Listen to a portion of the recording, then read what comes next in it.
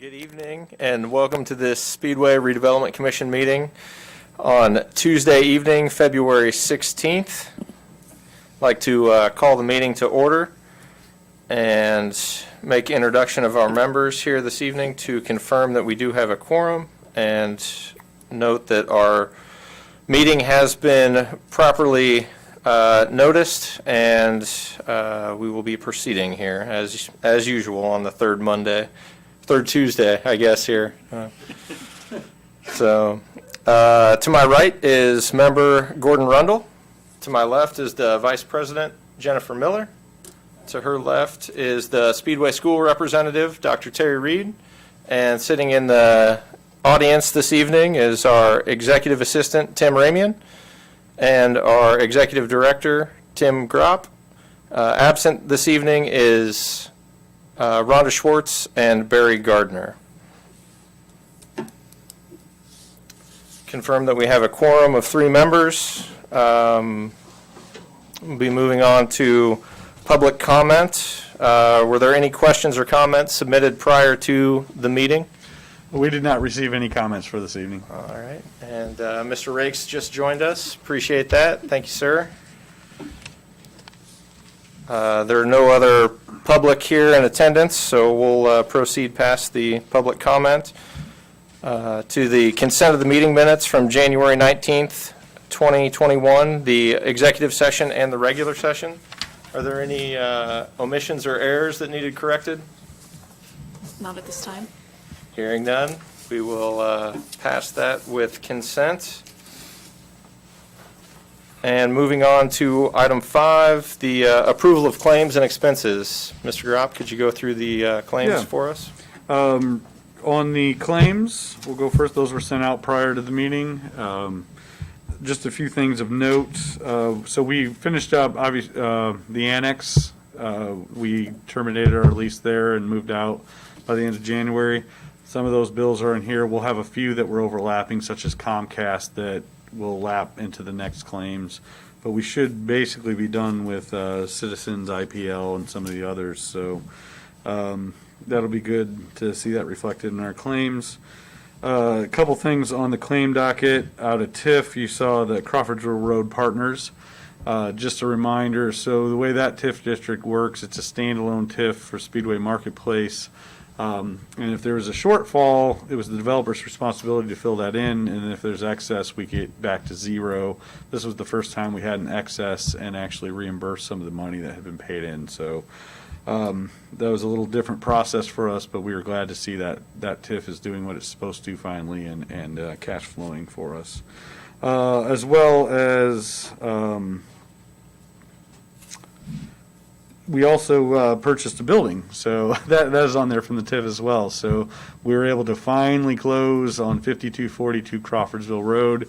We had been leasing that property for over a year now, storing furniture and other materials for the new municipal center. So that is on there, and we are official owners of that as of about a week ago. Besides that, we just had some snow removal and just normal bills after that. Also on top of that, we have three contracts that were signed, and per our requirements, if they're under a certain amount or their service contract, we can either, depending on the amount, either the president or the executive director can sign those as long as we bring them to the SRC for affirmation at the next meeting. So we'll need you to affirm that you've seen those contracts and approve. They are for Beck Communications in regards to the Wilshaw project. Sorry, I got to find the note here. Drury Simmons Vornum LLP in regards to the Wilshaw project as well, and then a small contract with Veritas Group in relationship to 1426 parking lot, helping us take it through the approval processes and bidding process. Does anyone have any questions or concerns with regards to the claims as submitted or the service contracts as agreed with DSV, Veritas, and Beck Communications? I'll entertain a motion to approve. I'll make a motion that we approve the claims as submitted. I'll second. We will move forward with a vote. All in favor of approving the claims and the service contracts as submitted, say aye. Aye. Aye. All opposed? And abstaining, none. Motion passes 3-0. And we will proceed to our director's report. Mr. Gropp? All right, a couple quick updates. I just mentioned we closed on 5242 Crawfordsville Road, so we're excited about that. The Municipal Center, we're making good progress. Essentially, the interior of the building is done. AT&T is adding the phone lines tomorrow, knock on wood, which will get us the ability to have our elevators inspected, and we hope to have that done by the end of the week. We have furniture deliveries and the generator, which is the last big step for us getting occupancy. The generator move will be that first week of March. So there will be quite a bit of exterior cleanup to do as soon as the weather breaks, but in general, we're excited, and we're still planning on at least getting staff in there after occupancy, probably that second week of March. And then sometime in that second week of March, third week of March, we will have the move of the current town hall and the police department. And then we'll probably anticipate having our first public meetings in the building probably in April at this point, to give us a little bit of time to get situated and organized and make sure everything's running smoothly prior to opening the building up full force. So we're excited about that. Founders Square is moving along. Obviously, the weather's going to hinder that progress a little bit. They were anticipating coming out this week to install the fix for the drainage issue. All the piping has come in, as well as some of the other work. They'll do that as soon as the weather breaks now. And then it'll just be a matter of when the asphalt plants open back up, they'll finish the paving. And then the public part of that, the road portion, will be completely done. So we're excited to see that wrap up on that side. Aldi's is obviously under construction right now, and Crew Car Wash is getting close to breaking ground as well. So things are moving there. So the last thing I have for my update is some information on the Wilshaw project. So as a little bit of background, Speedway has had a long history of successful developments and strong relationships with developers. Founders Square is one of those. We have one on the agenda today, 1300 block, that we hope will be a nice successful project. And redevelopment throughout town, Main Street redevelopment over the years. Our partnership with IMS over the years. So there's nothing new. Every project's a little bit different, and things, you work through them as the project's going on, and in the end, you hope that you have a successful project and everything works out as planned. Our goal at this site is to have a Hilton Tapestry Hotel successfully built and operational across from IMS. Providing much-needed hotel space and boosting tourism opportunities in our town. It's something to remember that we do have the apartments. This was a complicated project. It was a dual project with apartments and a hotel. The hotel has obviously been the holdup on the project. So the SRC and the town have followed the economic development agreement in good faith as required by law. We have honored all our obligations. For everyone watching at home, the SRC enters into economic development agreements to purchase and lease land or build or lease facilities. This was a public-private partnership to execute the vision of having the hotel across from IMS and the apartments. We do this with every project we undertake, and we stand by what we sign in these agreements. So it has been our position to make sure that we were not at fault and nothing that we did was causing the issue. And so we have gone through that process, and we have done everything that we have legally bound ourselves to. As I shared with the town council meeting last week, we are frustrated by the lack of transparency and communication from Loftus Robinson, despite our multiple requests for information regarding financing, timelines for completion, partnership agreements. We just have not been provided any any information. Even just general communication has not really been happening. We're hopeful that Loftus Robinson had the opportunity to work with MHG, that there would be progress. We're not privy to the terms of the agreement between Loftus Robinson and MHG, and therefore do not have full understanding yet as to what has transpired to date. But we do have full confidence in MHG, which is why we are supportive of the proposed partnership between MHG and Loftus Robinson as announced last fall. MHG has a great track record in our community, and we are currently working with them on the Hampton Inn Suites at Founders Square, and they also produce the Courtyard by Marriott. So again, this lack of communication, we haven't been provided the details that we need to understand what has transpired between that agreement. When we entered into this economic development agreement, and if you remember, the original economic development agreement was signed November 9th, 2016. Loftus Robinson took over ownership of the property with the understanding that they would produce the Hilton Tapestry Hotel by January 27th, 2021. That is the last date that was listed in the economic development agreement, and that's a substantial completion date. We have now passed that date with no substantive response from Loftus Robinson despite multiple attempts. We gave Loftus Robinson every opportunity to demonstrate their ability to build the hotel, including a catch-up plan and produce information regarding their financing. We have now entered into a new phase. Loftus Robinson missed the substantial completion date as outlined in the contract and has not provided us any of the requested information. The Speedway Redevelopment Commission has engaged outside counsel, Drury Simmons Vornum LLP, to assist us in reaching a resolution. We are aggressively exploring our options to move the project forward. Understandably, we do not have specifics just yet, but we are reviewing those with our new outside counsel. We recognize the community has been patient throughout this process. We ask for continued patience as we move through this current phase. And we plan to be in regular communication with the SRC, the town council, and the citizens to the degree that we're able to do so about our next steps when appropriate as advised by our legal team. Time has run out, and we need to take steps forward to get this project completed, and we will do what is necessary to get this project completed as promised to the residents of Speedway and the taxpayers of Speedway. We look forward to providing future updates to you, and again, we'll keep you informed as we have more information. With that, I'm happy to answer any questions. Just quickly, in reference to that, you obviously mentioned that it's a partnership. I just want to make it clear to the public that it was a partnership between Scannell Properties and Loftus Robinson.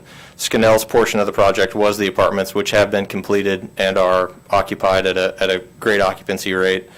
And Loftus Robinson's portion of the project was the Tapestry Hotel, and that is obviously the issue at hand here. So I just wanted to be clear that Scannell has completed their portion of the project, but they are still involved in the joint venture partnership. So Yeah, Scannell is still tied through financing, backing of the bond. We've stated time and time again that from a taxpayer standpoint, we are protected with the backing that we put into the bond documents with the Scannell Living Trust and then the Wilshaw LLC project as well. So we're not worried about that aspect of it. But yes, this is a very complicated, multi-layered public-private partnership. and we're doing our best to avoid that in future projects. We are Yes. We have taken extensive effort in, especially in one that we'll be talking about here shortly, to avoid any of these issues moving forward. So, does anyone have any additional questions in the reference to the director's report? I just wanted to circle back around regarding the contract on 1426 Main. I know that we had acquired that property a while back in the efforts to add some extra parking and alleviate some of those troubles on Main Street. But I know that parking in Speed Zone 1 on Main Street is not the ideal, and this is a temporary redoing of that parking lot for safety, pedestrians, and people visiting Main Street. But I think we would definitely entertain any ideas for development on that parcel moving forward. Is that correct? Yeah, just a little background. I mean, the Speedway Redevelopment Commission isn't necessarily in the parking business. We acquire properties when they're dilapidated or there's an opportunity or possibly a bigger vision for redevelopment, such as 1300 block. A lot of 1300 block was actually purchased for overflow parking while Wilshaw was under construction.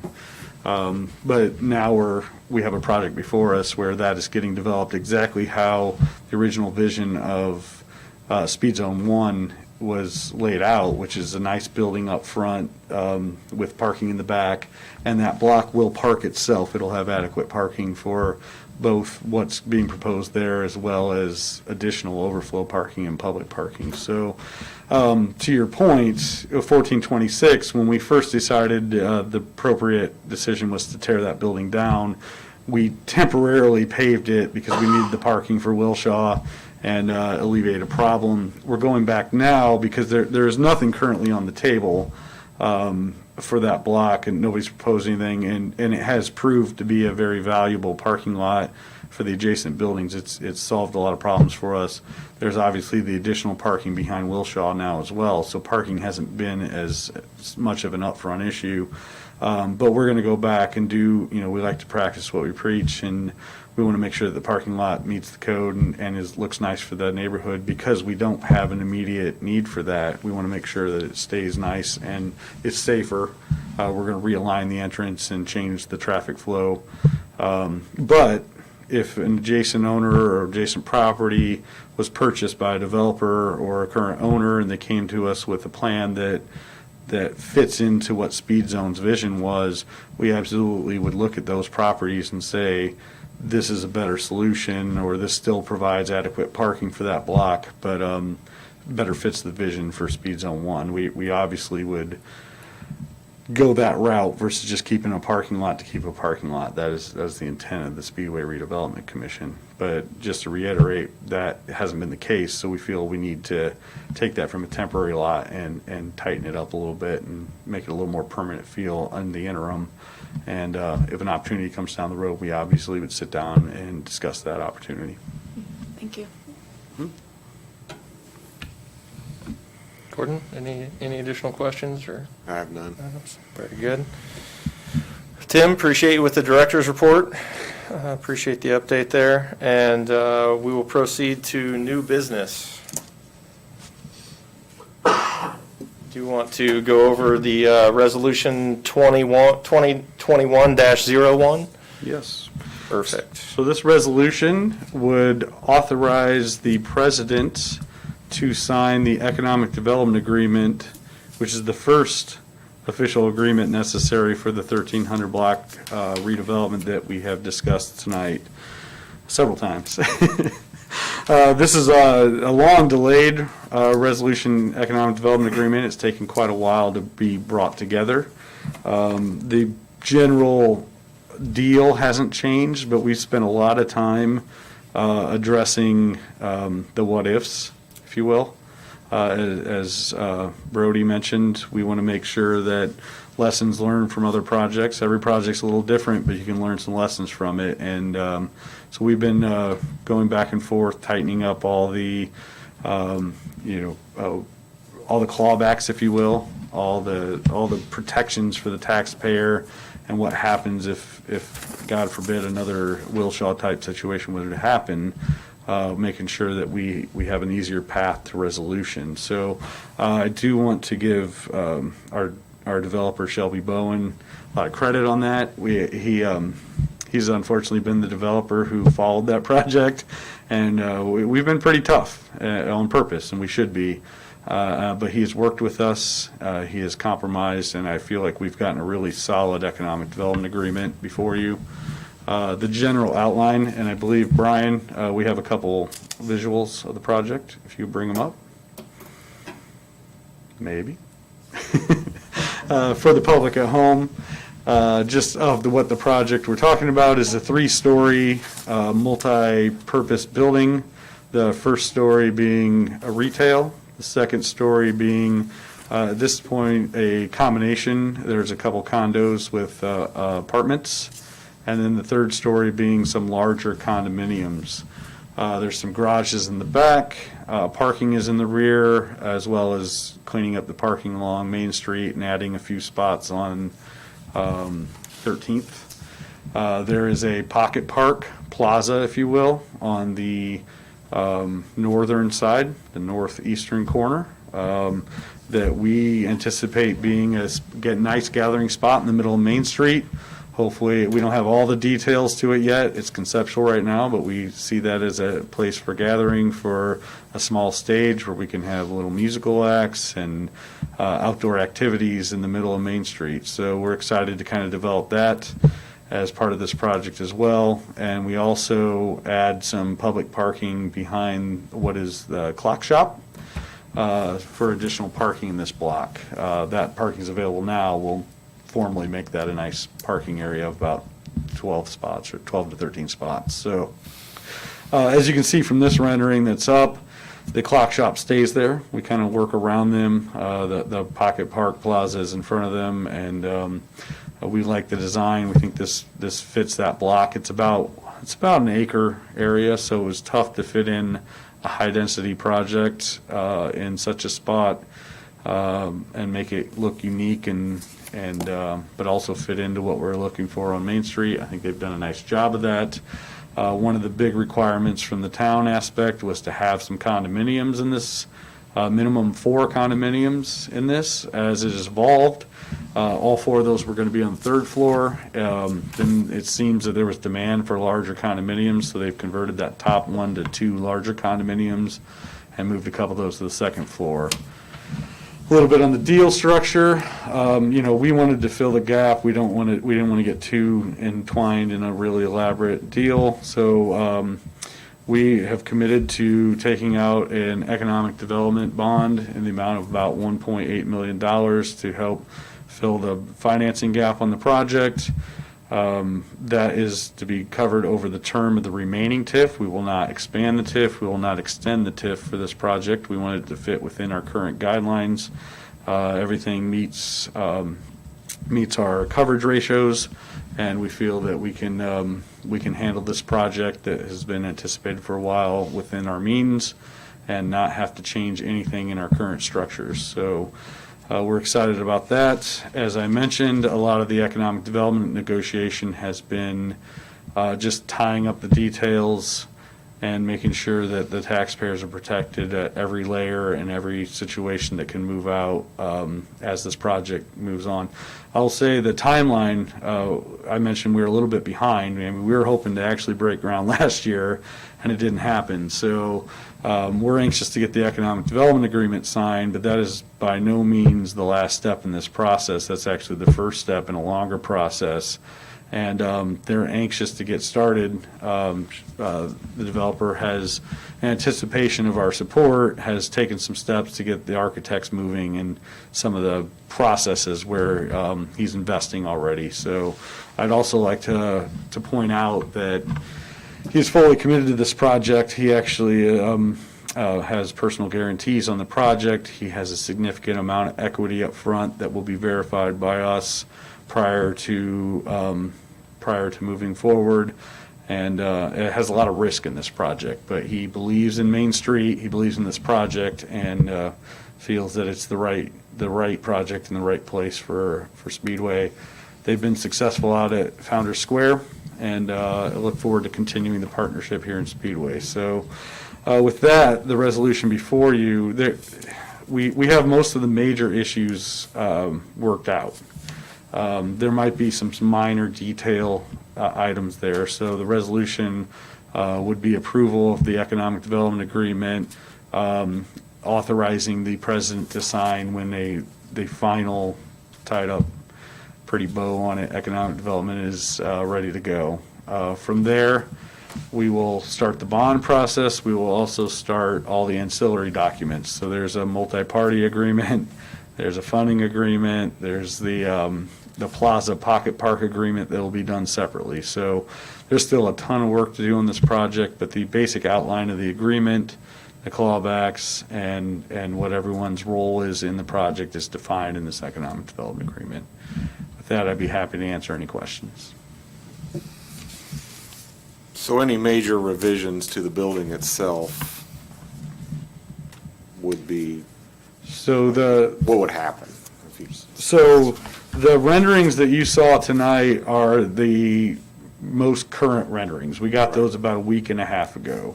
And the general shell of the building has not changed much since there was a decision about a year ago. It was two buildings with a plaza in the middle, and it didn't make a lot of sense, and the financing didn't make a lot of sense, so we shifted to the single building structure with the plaza on the north side.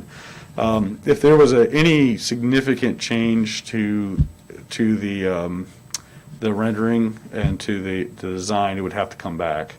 So this is what's anticipated in the economic development agreement. So, and then there's also along the way, any reviews by the SRC or town council would be a partnership so we don't anticipate the building changing significantly. There might be a little bit of site work. We might add some garages somewhere. Or we might reconfigure the parking lot a little bit. But the building itself, for the most part, is as presented. okay. So this is attached. And that will be put in as an exhibit to the overall Okay. economic development agreement. Yeah, I thought I remember reading in here that during the normal kind of schematic design development phases of a project that we could review then. Okay, good. Yeah, That's good. yep. And we did a lot of that out at Founders Square, just kind of revisions and technical on some of the design aspects, so. Any additional questions or concerns? With that, I'll consider a motion to vote on Resolution 2021-01 in its substantial form. Mr. President, I'd like to make a motion that we approve resolution number 20-21, or did I read that right? No, 2021-01. The resolution of the Speedway Redevelopment Commission approving an economic development agreement and other matters related to the 1300 block project. I'll second. Hearing the motion and the second, we'll take a vote. All in favor, say aye. Aye. Aye. With all three of us here, we all voted yes. The motion passes 3-0. I know it's been a long time coming, and very excited to see something coming out of the ground here, and meeting some recent comments as well from the town that have been long in the plans. So it'll be nice to see that come about. Absolutely. Moving on to the next item of new business, consideration of municipal facilities need assessment study for being performed by Wolpert Incorporated. Yes, so before you have a proposal from Wolpert, which is really an engineering firm, but they specialize in, they've done a lot of projects with fire station facilities. So as we're wrapping up the municipal center, we started looking at our other facilities. So we're sitting in town hall. We're going to have to kind of evaluate what the steps are for that moving forward. And then with the police station leaving what is currently the joint police station, fire station, we need to take a look at all our fire facilities. We obviously have two stations right now. Both of them are fairly dated and definitely need repairs or updates. So it's a good time to review our municipal facilities. How the redevelopment commission kind of comes involved is, we're looking at all these facilities, and there could potentially be some redevelopment specifically in the area that we're at in the long term. Nothing that's coming up in the next year or two. So with that being said, we felt it prudent for us to kind of take a look at that next step, which is evaluating and taking a look at what our current facilities are, what our future needs might be, and start that process of data collection. So if they're, it's a long-term process, and so you got to start at some point. So this is just the data portion, to be clear. So whatever comes out of this is just kind of the analysis of where our runs, what are we running to, what are our current facilities, does it make sense to build a new facility in the future? Does it make sense to renovate our current facilities? This will kind of just take an evaluation of our fire department and kind of give data to the town council to make decisions for the future. So as I kind of looked into what's needed for this, and this just kind of keeps our process moving forward, Wolpert kind of stood out as the one that made the most sense. They've done a lot of this kind of work. The consultants that I talked to seemed very knowledgeable, and so as we worked out this agreement before you, we had planned for this in our 2021 project budget. This falls well beneath what we were anticipating in scope. And again, this is just kind of step one of a very long process of evaluating municipal facility needs for the future. So we'd like to get that started, though. So that's what the proposal is before you. Our recommendation, if you move to approve this, we have kind of one last step. I've let town council see this proposal. You guys have it before you tonight, and I've had Chief Fishburne take a look at it as well. We haven't had an opportunity to have a Zoom call with the consultants face-to-face, so we still want to have that set up. So in the interest of time and not losing a whole nother month on starting this process, once we get that set up, if everyone's comfortable with that, I'd have the president sign after that. But if any concerns came up, I wasn't able to schedule that just with some personal things that came up and logistics of being in a temporary office and everything else. It just hasn't come to fruition, but I'd like to get that on the calendar in the next 2 weeks. If everyone after that meeting is comfortable, have the president sign it and move forward. Any questions in regards to the need assessment study presented here by Wolpert? I was very impressed with their qualification packet. I think they have a breadth of work experience in this area, and I look forward to seeing what they have to show us.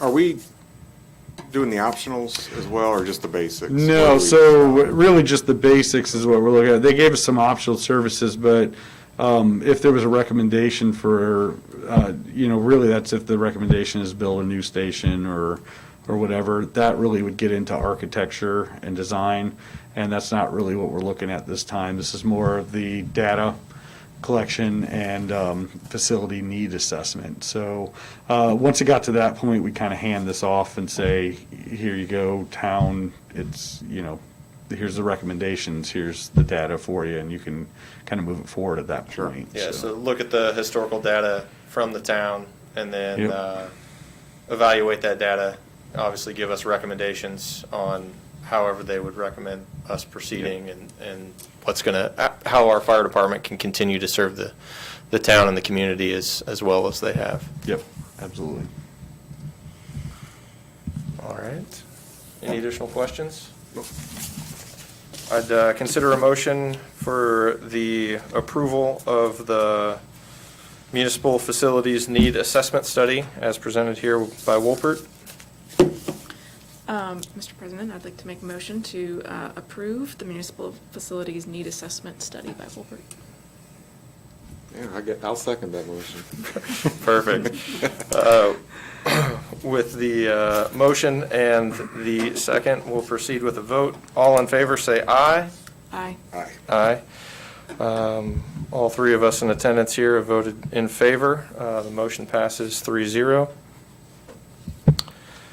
And moving on to the next item of new business, Barnes and Thornburg letter of engagement with regards to TIF restatement.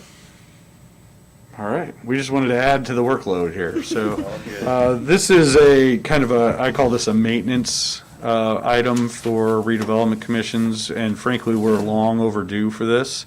So when you establish a TIF over time, you either expand areas or you tweak properties in there, or you change projects. And so we have had numerous amendments over the years, and I give you guys a kind of a breakdown of that. So it gets a little confusing looking back and cross-referencing.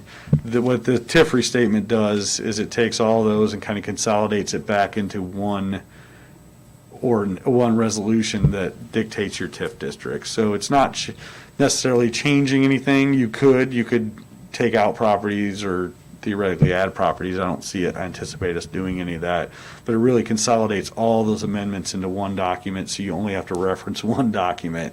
In addition, it redefines your project list. It doesn't mean you're going to do all these, but as you set it up, your TIF districts, you have to have a project list in there, and that's caused some confusion in Speedway in the past because you also list possible acquisition properties, and it doesn't mean you're going to buy them, but it just means that you could if you needed to because they were listed in the statement. So all that gets cleaned up, and as your TIF district goes on, we have about 12 or 13 years left in ours. You do projects, so they don't need to be in the plan anymore. And then, but you also find other projects you might want to do, such as 1,300 blocks, is a good example.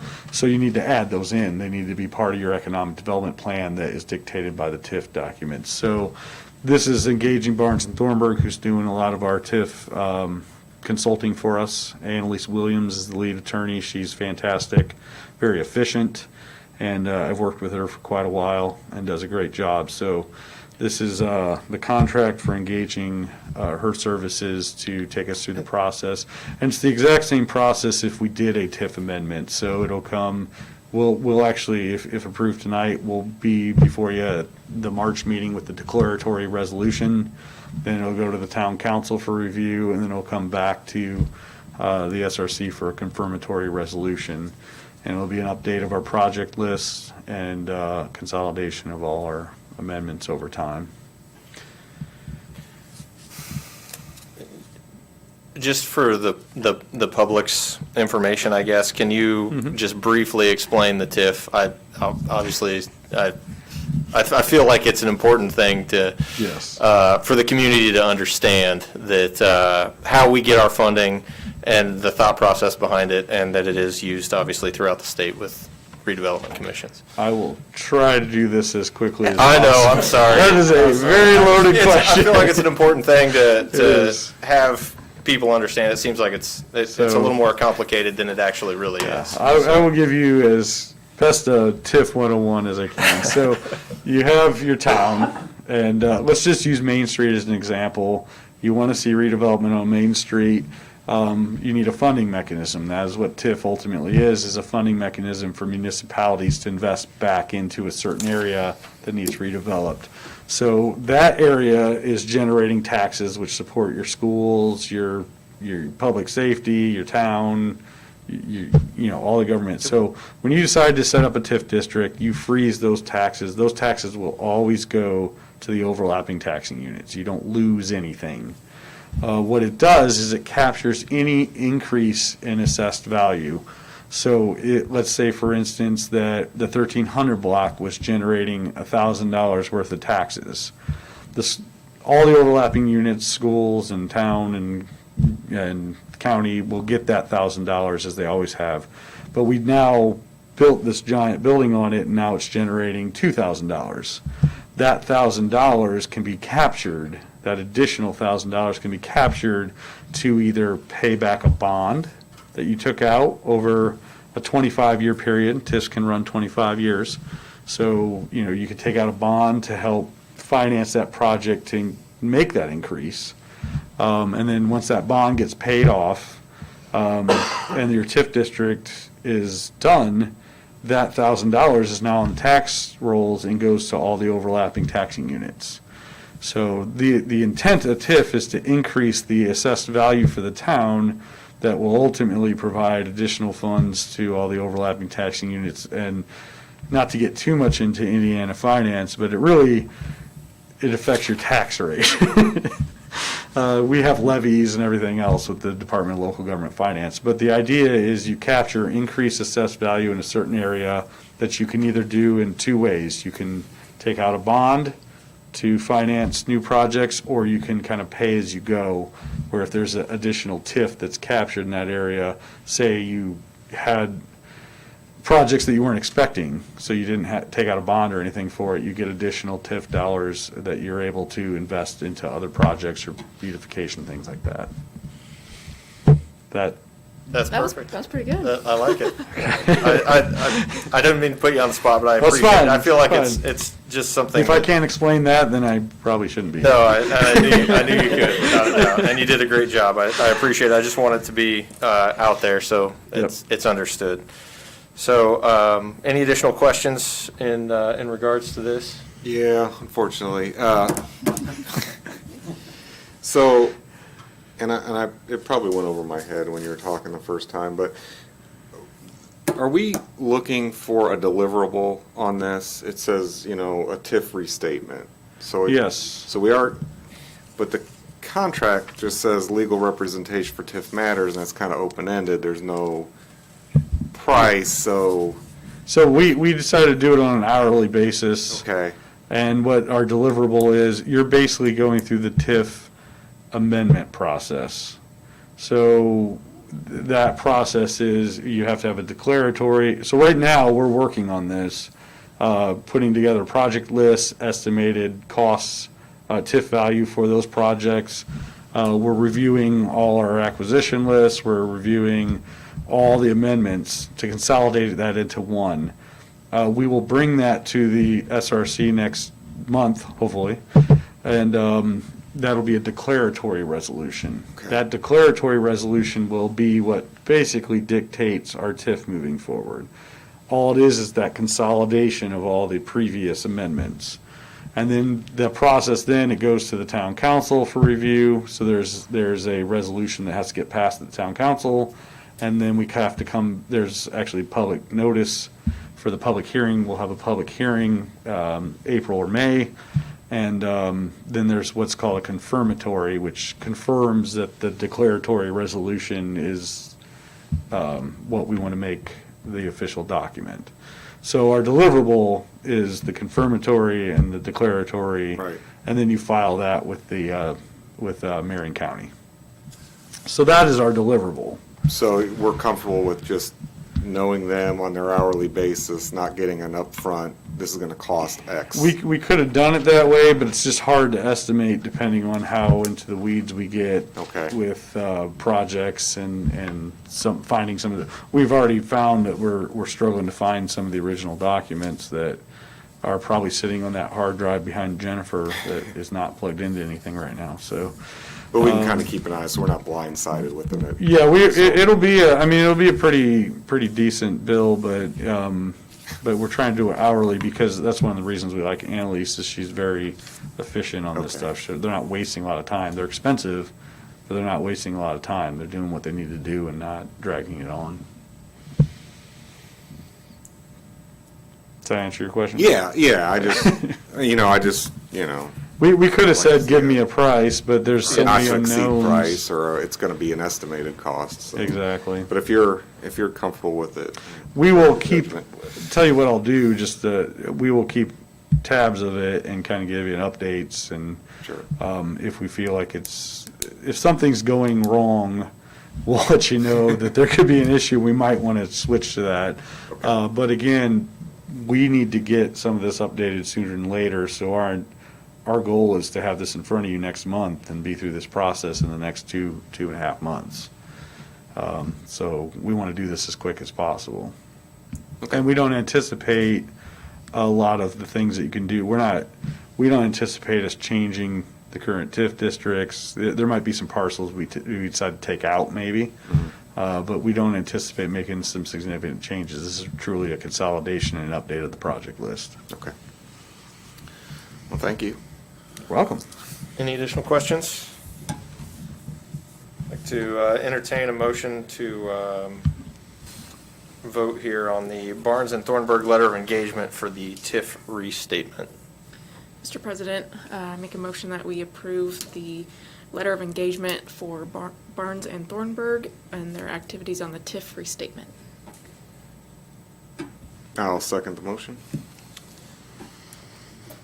With a motion and a second, we will proceed with the vote. All in favor, say aye. Aye. All right. Aye. Motion passes 3-0 with all members voting. Moving on to the final item under new business, the consideration of engineering services contract at 10th and Causel Road in reference to signal and lighting improvements. You want me to take this one? Yes, please.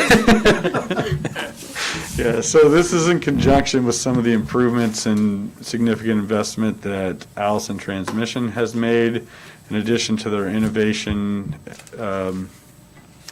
center that is along 10th Street. They're anticipating possibly burying lines, power lines along 10th Street, which is a significant aesthetic improvement.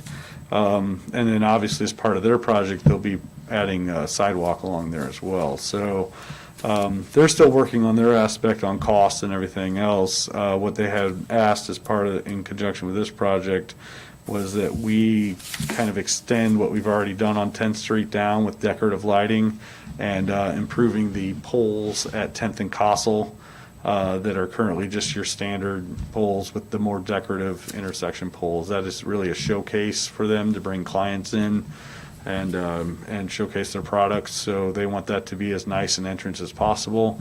They're investing significantly more dollars than we would on this project. So what you have before you are are the quotes that we received back on that work, which is really decorative poles at 10th and Cossell and decorative lighting along the south side of 10th Street, assuming that the power lines get buried. If they decide not to move forward with the IPL power lines being buried, we probably would not do that aspect, because we'd have issues with heights being close to the power lines and whatnot. So this is anticipating that Allison Transmission is making that significant investment. This is a service contract, but we went out to get multiple quotes to make sure that we were being good stewards of the tax dollars. We had two that came back and did not respond with a quote. One of them was upfront with us that said this is something a little out of our scope, and we'd sub it out anyways, and I appreciate them being honest on that. The two that we did receive back were from American Structure Point and First Group Engineering. The one that is being recommended this evening as the most elaborate and thorough and the lowest price to us was First Group Engineering. If everything goes well, we'd start engineering, and I know they were hoping for early spring work out there. My anticipation would be it'd be summer to late summer before anything actually happened. Does Allison have, not that, I know this isn't in that scope, is Allison changing anything at that corner, at the southeast corner? Somebody asked me about the fencing there, and I haven't had a chance to follow back up on it. One thing we are looking at in this scope is there enough right-of-way to account for potential future turn lanes at 10th and Cossell to be able to turn north or south off of 10th Street. So if anyone's seen that during rush hour, general times of the day, it can back up if you have somebody waiting to turn there. I can't guarantee that'll happen. It's pretty tight right away through there, and there's a whole lot of utilities through there. But as part of this, we're going to at least take a look at it and see if that would be a future development. And if we can place our poles to anticipate those future lanes, we will do so. But we also got to be aware of the tight right away through that area and other considerations for the businesses at that corner. Is that the alternate number one? Yeah, so we had put out alternate number one to kind of get some estimated pricing for turn lanes in there, if it's even possible. We don't want to have to buy a bunch of right-of-way or anything, but if we could work with Allison Transmission to get right-of-way necessary to potentially add those, that's something we'd consider in the future. We'd have to do some traffic studies and whatnot. But right now, all we're asking you to approve is the basic, mostly the decorative lighting aspect of it and poles.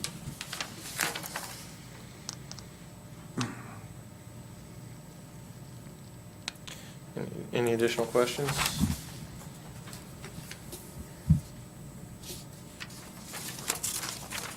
So,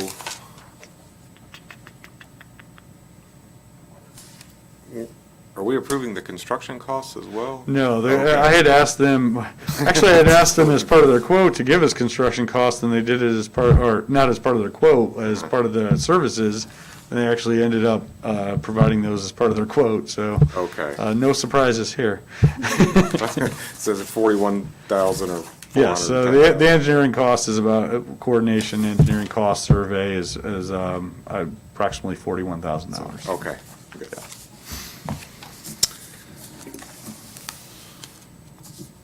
That's a good point, actually. We'd come back to the SRC to bid out the actual work.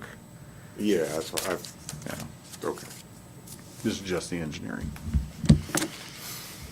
All good? I'm good.